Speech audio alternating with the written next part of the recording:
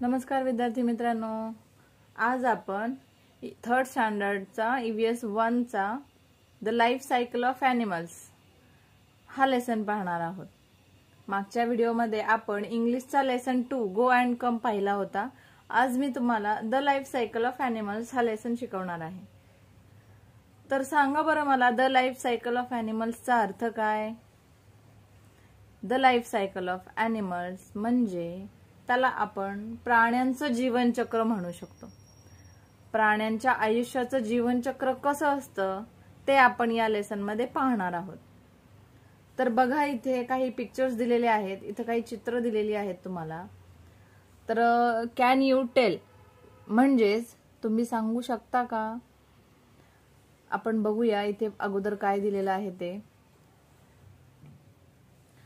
Look at the puppies and their mother in the picture.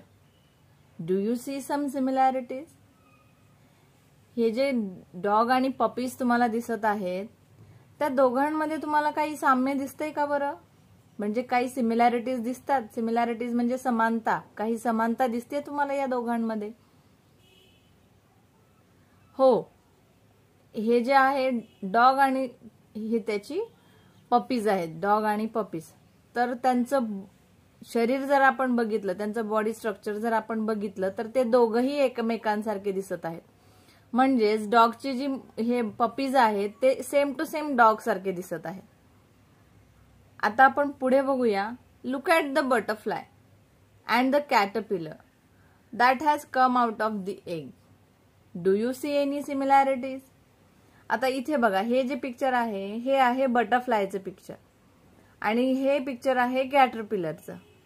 या दोघांमध्ये तुम्हाला काही साम्यता दिसतीये का, समानता दिसतीये का, काही सिमिलॅरिटीज म्हणजेच दोघं सेम टू सेम दिसतात का, जसं इथे डॉग आणि पपीज दिसतात ते? नाही, बटरफ्लाय पूर्ण वेगळं आहे आणि कॅटरपिलर पूर्ण वेगळं आहे। Butterfly and the caterpillar that has come out of the egg, हे जे आहे ते अंडकोशातून बाहेर येतं। म्हणजे अगोदर हे बटरफ्लायज अंडी देतात आणि त्याच्यातून मग हे कॅटरपिलर बाहेर येतं, त्याचा विकास होतो। ते आपण पुढं लेसन मध्ये बघणारच आहोत की त्यांची लाईफ सायकल काय आहे ते। आता आपण दुसरं पिक्चर बघूया।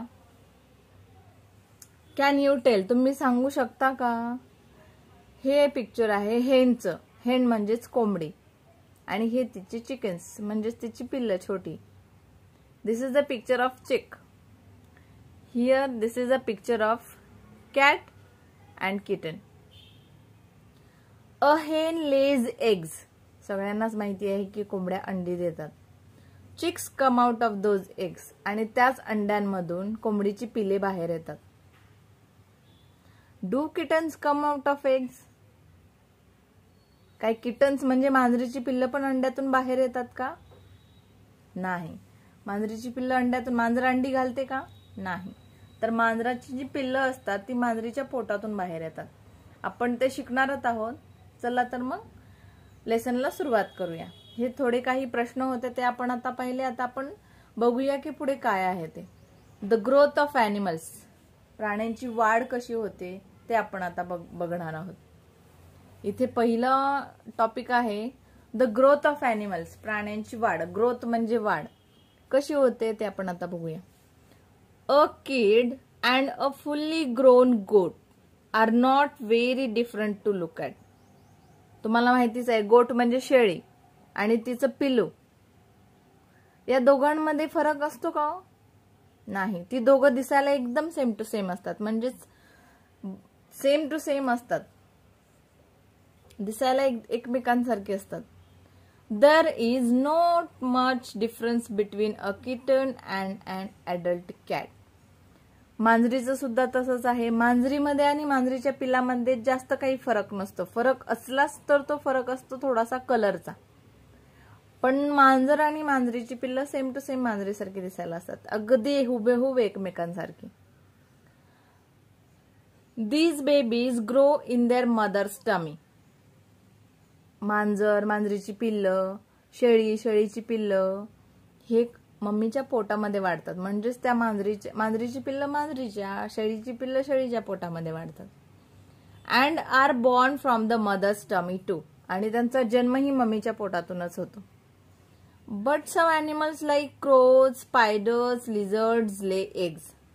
पण काही असे प्राणी असतात की ते अंडी घालतात. तर ती कुठली कुठली? क्रोज म्हणजेच कावळा, स्पायडर्स म्हणजे ज्याला आपण मराठीमध्ये कोळी असं म्हणतो, लिझर्ड्स म्हणजे पाल, माहितीच आहे तुम्हाला. तर ते काय करतात? अंडी घालतात. आपण याच लेसन मधला पुढचा पॉइंट बघूया. A chicken is born from an egg. Chicken म्हणजे कोंबडीची पिल्लं. कशी जन्म घेतात? ती अंड्यामधून. बॉर्न म्हणजे जन्म घेणे. ants, butterflies, fish, frogs, snakes are all animals that lay eggs. ही सगळी जी ॲनिमल्स आहेत, हे सगळे जे प्राणी आहेत ते अंडी घालतात. ants म्हणजे मुंगी, बटरफ्लायज, फिश म्हणजे मासा, फ्रॉग्स म्हणजे बेडूक, स्नेक्स म्हणजे साप. हे सगळे प्राणी काय करतात? अंडी घालतात. But we do not often see their eggs. But कदाचितच आपल्याला यांची अंडी बघायला मिळत असतील. The eggs of some very small animals are very tiny. Tiny म्हणजे खूपच छोटं, की जे आपण त्याला उघड्या डोळ्यांनी बघूच शकत नाही, इतकी छोटी काही काही प्राण्यांची अंडी असतात.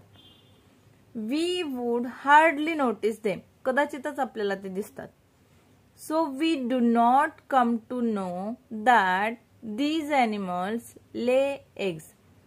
तर आपल्याला ते कळतच नाही की हे प्राणी सुद्धा अंडी घालतात. हे आपल्याला कधी कधी माहितीच होत नाही, कारण ते आपल्याला सहसा दिसतच नाही. But we know for sure that a hen lays eggs. पण आपल्याला हे माहिती आहे की कोंबडी अंडी घालते, कारण बऱ्याच वेळेला आपण गावाकडे जेव्हा राहतो तेव्हा आपल्याला प्रत्येकाच्या घरामध्ये कोंबड्या पाळलेल्या असतात. तेव्हा आपल्याला माहितीच असते की कोंबड्या अंडी घालतात आणि आपण अंडी खातो. तर आपल्याला माहिती असतं की अंडी कोंबड्या घालतात म्हणून आपण अंडी खातो. Her eggs are big enough to be easily seen. आणि कोंबडीची अंडी कशी असतात? मोठी असतात. आपल्याला जे सहज दिसू शकतात उघड्या डोळ्यांनी आपल्या. म्हणजेच काही ते इतकी छोटी वगैरे नसतात, मोठी असतात बऱ्यापैकी. त्याच्यामुळे आपण ती कोंबडीची अंडी सहज पाहू शकतो. तर आपण आता इथे न्यू टर्म बघूया, म्हणजेच नवीन शब्द बघूया. काय आहे ते? हॅच. हॅच म्हणजे काय? अ हेन. हॅच हा शब्द हेनशी रिलेटेड आहे. बघूया आपण काय आहे हॅच म्हणजे. When a hen sits on her eggs to warm them, she is said to be hatching her eggs. ज्या वेळेला कोंबडीची पिल्लं करायची असतात त्यावेळेला ती सगळी अंडी जी तिने घातलेली असतात पूर्ण महिनाभराची, तर ती अंडी काय करतात? एका पाटीमध्ये ठेवतात आणि त्यावर ती कोंबडी बसते ती अंडी गरम करण्यासाठी. म्हणजेच जर ती अंडी अशी कोंबडीच्या उभेने गरम झाली तर त्याच्यातून पिल्लं बाहेर येतात. तर जेव्हा ती बसते तेव्हा तिला काय म्हणतात? की शी इज दॅट हेन इज हॅचिंग एग्स. आपण आता पुढचं टॉपिक पुढे बघूया. A hen lays eggs. कोंबडी अंडी घालते, हे तर सगळ्यांना माहितीच आहे. Warmth is necessary for the chicks to grow inside the eggs. आणि अंड्याच्या आतमध्ये जेव्हा कोंबडी अंड्यांवरती बसते तेव्हा त्याच्या आतमध्ये त्या चिक्स म्हणजेच कोंबडीच्या पिलांचं शरीराचा विकास होत असतो. त्यावेळेला त्यांना गरमी म्हणजेच उष्णतेची गरज असते. So after laying them the hen sits on the eggs to keep them warm. आणि अंडी दिल्यानंतर कोंबडी काय करते? नंतर त्याच अंड्यांवरती त्या अंड्यांना गरमी उष्णता देण्यासाठी ती त्यावर बसते. The chicks inside slowly keep growing. आणि हळूहळू ती जी कोंबडीची पिलं असतात ती अंड्याच्या आतमध्ये त्यांची वाढ सुरूच असते त्यांची वाढ आतमध्ये. When its growth is complete, the chick breaks the eggshell and comes out. आणि ज्या वेळेला त्यांची पूर्णपणे वाढ होते त्यावेळेला ती अंडी मनाने फुटतात आणि त्याच्यातून तिची पिल्लं बाहेर येतात. The hen looks after its chicks till they grow a little bigger. आणि ती कोंबडी काय करते? जोपर्यंत ती पिल्लं मोठी होत नाही तोपर्यंत ती त्यांच्याकडे लक्ष ठेवून असते, कारण ती त्यांची आई असते. तुम्हाला माहिती आहे आई म्हणजे काय असते ते. त्याच्यामुळे माणसं असो प्राणी असो प्रत्येक जण आपापल्या पिलांची व्यवस्थित काळजी घेतात, तसंच ती कोंबडीही आपल्या पिलांची व्यवस्थित काळजी घेत असते.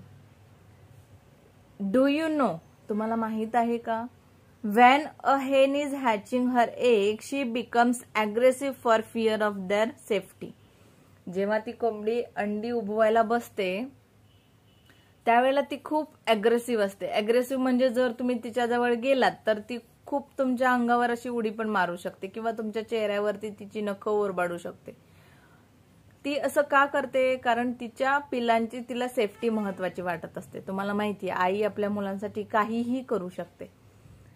तसंच तिला कोंबडीला असं वाटत असतं की आपण काही तिच्या पिलांना करू नये, त्याच्यामुळे ती त्या भीतीपोटी ती आपल्यावर हल्ला करू शकते. She attacks anyone who tries to go near the eggs. आणि जो तिच्या जवळ जायचा प्रयत्न करेल त्याच्यावरती हल्ला करू शकते. इथे use your brain power. Brain power म्हणजेच काय की तुमची बुद्धी वापरा. What are the similarities between the hen and her chick. कोंबडी आणि कोंबडीच्या पिल्लांमध्ये काय समानता असते, तर कोंबडी आणि कोंबडीची पिल्लं सेम टू सेम असतात. दोघांमध्ये म्हणजे कलरचा फरक असू शकतो, पण त्यांचं जे शरीर आहे ते सेम टू सेम असतं. त्याच्यात काही वेगळं असं काही नसतं. दोघं एकमेकांसारखेच दिसतात. आता आपण पुढच्या टॉपिकला सुरुवात करूया. पुढचा पॉइंट आहे मेटामॉर्फोसिस.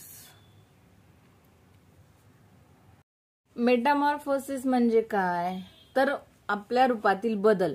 मेटामॉर्फोसिस म्हणजे रूपातील बदल. तर इथे आपण बघूया, there are similarities between a goat and it's किड. शेळी आणि तिची पिल्लं दोघं सेमच असतात. अँड बिटवीन अ हेन अँड हर चिक. कोंबडी आणि तिची पिल्लं पण एकदम समान असतात, म्हणजे दिसायला एकदम एकमेकांसारखे असतात. However, a caterpillar and a butterfly are very different. फुलपाखरू आणि ते कॅटरपिलर अँड बटरफ्लाय हे दोघं खूप असं वेगळी दिसतात. म्हणजेच गोट अँड किड सेम दिसतात, हेन चिक सेम दिसतात, कॅट किटन सेम दिसतात, पण बटरफ्लाय आणि कॅटरपिलर सेम दिसतात का, तर नाही, ती दोघं वेगळी दिसतात. Thus, in some animals, the young one grows into an adult animal that looks very different from the young one. काही प्राण्यांमध्ये असं असतं की ती जेव्हा लहान असतात तेव्हा ती पूर्ण वेगळी दिसतात, आणि ज्या वेळेला ती ऍडल्ट स्टेज मध्ये जातात, मोठी होतात, त्यावेळेला ती पूर्ण वेगळी असतात. This change of form is called metamorphosis. म्हणजेच त्यांच्या रूपातील झालेला बदल यालाच मेटामॉर्फोसिस असं म्हणतात. आता आपण metamorphosis is in a butterfly. बटरफ्लायचं रूपाचं रूपांतरण कसं होतं ते आपण बघूया. Butterflies of various shapes and beautiful colours are a part of our environment. They live their life among plants. त्यांचं जे आयुष्य असतं बटरफ्लायचं ते कशामध्ये असतं, झाडांच्या मध्ये, फुलांच्या मध्ये, पानांच्या मध्ये असतं. तर बटरफ्लाईज आपल्याला माहितीये खूप असे प्रकारची बटरफ्लाईज आपल्याला बघायला मिळतात. फुलपाखरं, इतकी सुंदर सुंदर फुलपाखरं असतात, त्यांच्या पंखांवरती इतकी सुंदर डिझाईन कोरलेली असते की आपल्याला पेन आणि पेन्सिलने सुद्धा इतकी छान डिझाईन करता येणार नाही, इतकं ते भगवान देवाने त्यांना घडवलेलं आहे. As butterflies grow, they pass through 4 stages. जसं बटरफ्लाय वाढत वाढत जातं तसं ते 4 स्टेज मधून जातं, म्हणजे त्याच्या 4 स्टेप आहेत. These are egg. त्यातली पहिली स्टेप कुठली आहे, एग. एग म्हणजे अंड. त्याच्यानंतर larva, pupa and adult. The adult stage is called butterfly. ज्या वेळेला ते ऍडल्ट स्टेज मध्ये जातं त्यावेळेला ते पूर्ण फुलपाखरू बनलेलं असतं, त्यालाच आपण बटरफ्लाय असं म्हणतो, म्हणजेच फुलपाखरू. The plain tiger butterfly is a very common one. Plain tiger butterfly जे की तुम्हाला इथे पिक्चर मध्ये दिसत आहे, ही कॉमन बटरफ्लाय, हे आपल्याला कुठेही दिसते. Let us take its example to see how the growth of a butterfly takes place. चला तर मग आपण उदाहरण बघूया की बटरफ्लाय कशी तयार होते ती. The female plain tiger butterfly lays an egg on the milkweed. Milkweed म्हणजेच रुईचं झाड, ज्याला आपण मराठीमध्ये त्याला रुटीचं झाड पण असंही म्हणतात. लीफ इन 6 to 8 days, 6 ते 8 दिवस ते फिमेल प्लेन टायगर बटरफ्लायने जे अंडी दिलेलं असतं ते 6 ते 8 दिवस त्या रुईच्या झाडावरती बसतं. The larva emerges from the eggs, आणि त्याच्यातून ते लार्वा इमर्ज म्हणजे त्याचं रूपांतरण होतं त्या ह्याच्यामध्ये, लार्वा या स्टेजमध्ये त्या अंड्याचं. The larva of a butterfly is called a caterpillar. When the caterpillar comes out of the egg it is very hungry. आणि ज्या वेळेला हे इथे जे पिक्चर दिसतंय तुम्हाला हे कॅटरपिलरचं पिक्चर आहे. हे जेव्हा बाहेर येतं त्यावेळेला ते खूप भुकेलं असतं. अंड्यातून जेव्हा बाहेर येतं की ज्याला आपण इथे the larva of a butterfly is called caterpillar, ह्याला कॅटरपिलर असेही म्हणतात. ते जेव्हा बाहेर येतं तेव्हा त्याला खूप भूक लागलेली असते. It begins to nibble and eat the very leaf on which it emerges from the egg. ते अंड्यांमधून आत्ताच निघालेलं असतं त्याच्यामुळे त्याला इतकी भूक लागलेली असते, त्याच्यामुळे ते झाडाची पानं कुरतडायला सुरू करतं. It it's very fast so it's growth is very rapid. आणि ते इतकं पटपट पटपट खातं की त्याची वाढ पण तेवढ्याच जलद गतीने होते, म्हणजे तेवढीच फास्ट त्याची वाढ होते. आपण इथे बघूया न्यू टर्म म्हणजेच नवीन शब्द आलेला आहे मोल्ट. मोल्ट म्हणजे काय?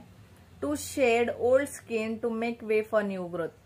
जुनी स्किन म्हणजे आपण म्हणतो ना, आपण बघितलं असेल शब्द ऐकला असेल सापाच्या बाबतीत की सापाने कात टाकली.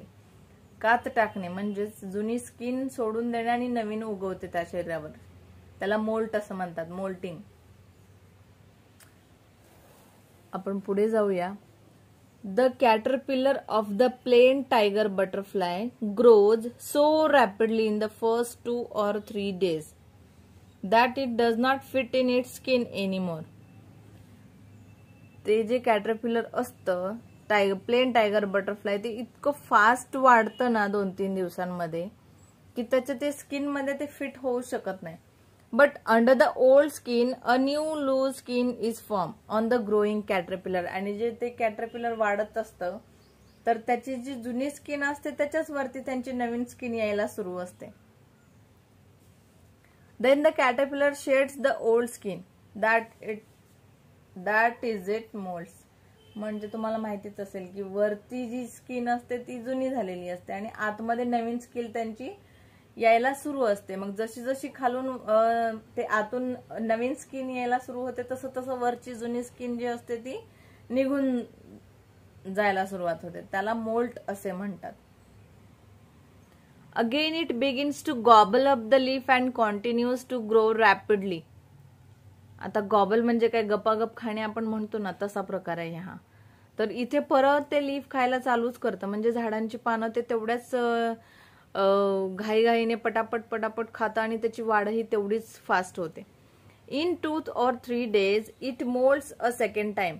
दुसऱ्या वेळेला ते आपली कात टाकतं. In this way it moulds 4 times. It remains in the caterpillar stage for 10 to 12 days.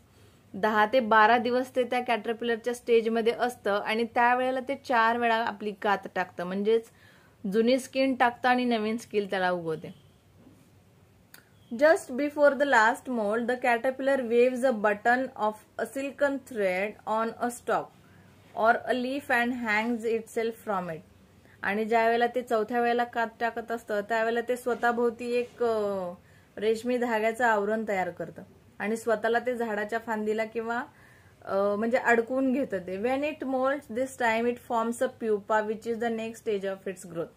आणि ज्या वेळेला ते कात टाकतं चौथ्या वेळेला त्यावेळेला त्याचं रूपांतरण कॅटरपिलर मधून प्युपामध्ये झालेलं असतं, म्हणजेच लार्वा मधून प्युपामध्ये झालेलं असतं. ही तिसरी स्टेज आहे. The pupa of a butterfly is also called a chrysalis. जी दुसरी स्टेज होती ज्याला आपण लार्वा म्हटलेलं होतं त्याला कॅटरपिलर पण म्हणत होते, आणि जी तिसरी स्टेज आहे प्युपा त्याला क्रिसालिस सुद्धा म्हणतात. It remains inside the chrysalis for the next 11 or 12 days. आणि त्या स्टेजमध्ये ते 10 ते 12 दिवस राहतं. इथे बघा तुम्हाला इथे क्रिसालिसचं पिक्चर दिलेलं आहे त्यांनी. या स्टेजमध्ये ते 10 ते 12 दिवस राहतं. It does not eat anything during this stage. या स्टेजमध्ये ते काही खात नाही. ज्या वेळेला ते लार्वा या स्टेजमध्ये असतं त्यावेळेला ते खूप खातं कॅटरपिलरच्या स्टेजमध्ये, आणि तेवढीच त्याची फास्ट गतीने वाढही होते. पण या क्रिसालिस या तिसऱ्या टप्प्यामध्ये ते काहीही खात नाहीये. However, inside the chrysalis, important changes take place in its body. काही महत्वपूर्ण बदल त्याच्या शरीरामध्ये होत असतात.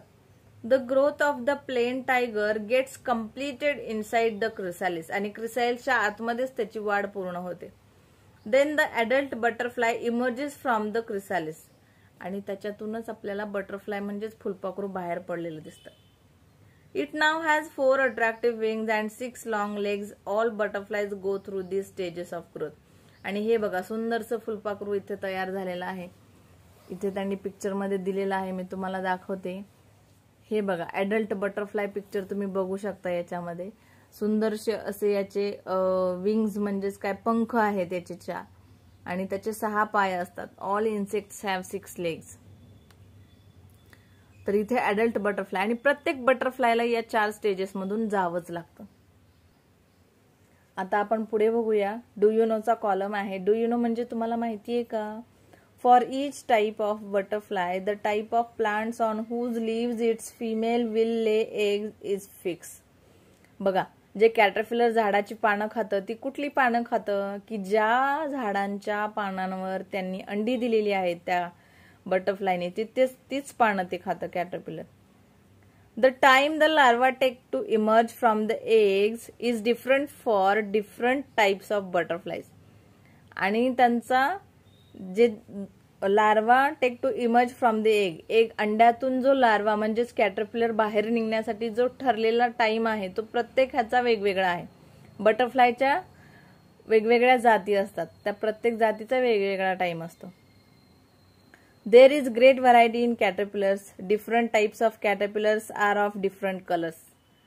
Their body is long. Many types of caterpillars are hairy. आणि खूप असे कॅटरपिलर जे असतात त्यांच्या शरीरावरती खूप सारे केस असतात. म्हणजेच व्हरायटी आहे बटरफ्लाय मध्ये. एकच टाईपचं बटरफ्लाय, एकाच जातीचं बटरफ्लाय आपल्याला आढळतं का फुलपाखरू? नाही. तर प्रत्येकाच्या जातीनुसार ते लार्वा, अंड्यातून लार्वा म्हणजे जी सेकंड स्टेज आहे त्याला ते वेळ घेतं. हे बघा इथे काही त्यांनी पिक्चर्स दिलेले आहेत ऍडल्ट बटरफ्लायचे. ह्याची बघा डिझाईन वेगळी आहे, ह्याची वेगळी आहे, याची वेगळी आहे. हे 4 वेगवेगळ्या टाईपच्या बटरफ्लाय आहेत. म्हणजेच यांचे जे 4 कॅटरपिलर असतील ते वेगवेगळ्या कलरचे असतील. प्रत्येक कॅटरपिलरचं आपल्या जातीनुसार ते कलर आणि ते त्यांच्या शरीरामध्ये बदल होतात. आता आपण डू यू नोचा कॉलम बघूया. तुम्हाला माहित आहे का? After we have cleaned the grain we buy, we store it in a box. Even then, when we open the box after some days, we may see some insects in it. तुम्हाला माहिती आहे आपण गहू, ज्वारी, तांदूळ किंवा काही कडधान्य जेव्हा आपण विकत आणतो तेव्हा ती स्वच्छ असतात की गहाण असतात?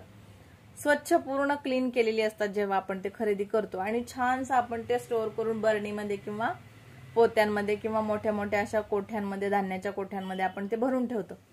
पण तेच आपण काही दिवसांनी ओपन केलं, उघडलं तर त्याच्यामध्ये आपल्याला किडे बघायला मिळतात. का बरं? कुठून येत असतील हे किडे? There can be insect in the grain stored in place like warehouses, in this grocer shop और इवन इन आवर होम्स. तर ते किडे जे येतात ते कुठून येतात? तर जिथे आपण स्टोअर केलेलं असतं म्हणजे धान्य आपण कुठे साठवतो तिथे, किंवा थोडंफार ते असू शकतं तिथे. Now if a female insect lays eggs in this grain we cannot see them because of their tiny size.